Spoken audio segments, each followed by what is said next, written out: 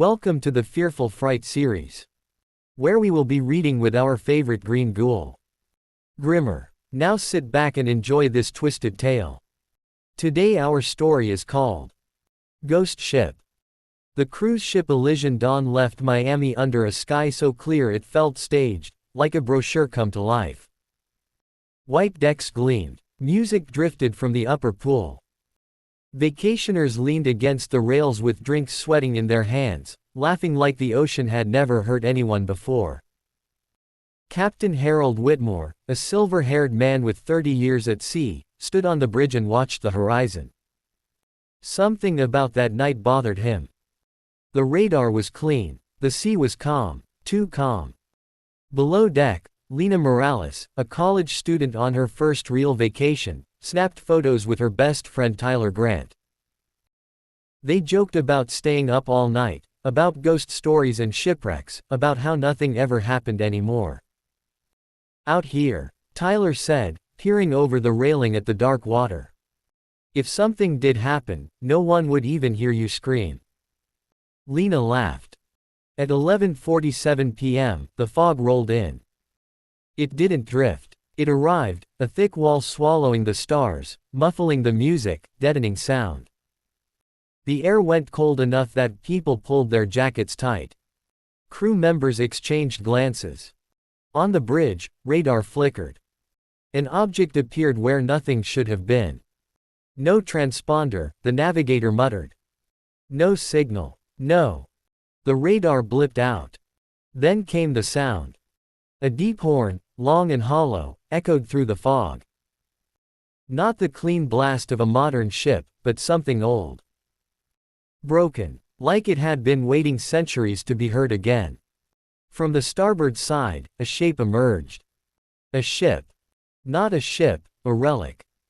Its sails were shredded and blackened, hanging like torn skin. Barnacles crusted its hull in impossible thickness. Lanterns burned along its deck, glowing an unnatural green, swaying even though there was no wind. Painted across its bow, barely visible beneath rotten salt, was a name. The Black Marrow. Passengers crowded the rails, phones out, whispering. "Is this a show?" someone asked. "No ship looks like that," another replied. Then the first body fell. A crewman on the lower deck screamed as something invisible seized him and dragged him screaming over the railing. He vanished into the fog below. The scream cut off abruptly, like a rope pulled tight. Panic erupted. The horn sounded again, closer. Ropes flew from the ghost ship on their own, slamming into the Elysian Dawn. The ships lurched together with a bone-shaking crack. And the pirates came. They climbed aboard without splashes, without breath, figures in tattered coats and rusted armor, faces pale as drowned bone. Their eyes burned dimly like coals under ash. Their boots left wet footprints that never dried. One pirate stepped forward, taller than the rest. His jaw hung crooked, as if broken long ago. A tricorn hat sat fused to his skull. Captain Whitmore watched from the bridge as the pirate raised a skeletal hand. And pointed. The lights went out. Screams filled the ship, real screams now. People ran blindly, slipping, colliding, begging. The pirates moved through them like a tide, passing through locked doors, dragging victims into walls, into shadows, into the sea. Lena and Tyler ran down a stairwell with Dr. Evelyn Shore, a marine historian who had been lecturing earlier that evening about legends of cursed fleets. "They're not raiding," Dr. Shore gasped. "They're collecting." "Collecting what?" Tyler yelled. "Voices," she said. "The Black Marrow was lost in 1723. Mutiny. Slaughter. Every soul aboard was damned to sail until they replaced their crew." A pirate appeared at the landing ahead of them, his mouth opening wider than humanly possible. A sound poured out, hundreds of whispers layered into one. Tyler shoved Lena aside. The pirate passed through him. Tyler froze. His eyes went glassy. His scream never came, his mouth opened, but no sound followed. Then he collapsed, empty.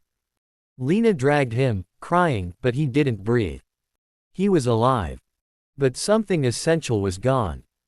By 2 a.m., the ship was quiet. Too quiet. Bodies lay untouched, no blood, no wounds. Just faces locked in silent terror, mouths open, eyes wide, as if something had been taken from inside them. The pirates marched the captured voices back across the ropes, spectral echoes trailing behind them like chains. Captain Whitmore tried to ram the ghost ship. The Elysian dawn passed through it. The Black Marrow turned away, sails filling with fog, horn sounding one last time. As it vanished, the fog lifted. Morning came. Rescue ships arrived hours later to find the cruise ship drifting, intact but hollow. Over 2,000 passengers survived. Only 12 could still speak. Lena was one of them. She never went to sea again. Years later, she would wake at night hearing a horn in the distance, and voices whispering her name, calling her back to finish the crew. Because sometimes, far out on calm water, modern ships still answer an old horn in the fog. And some never come home.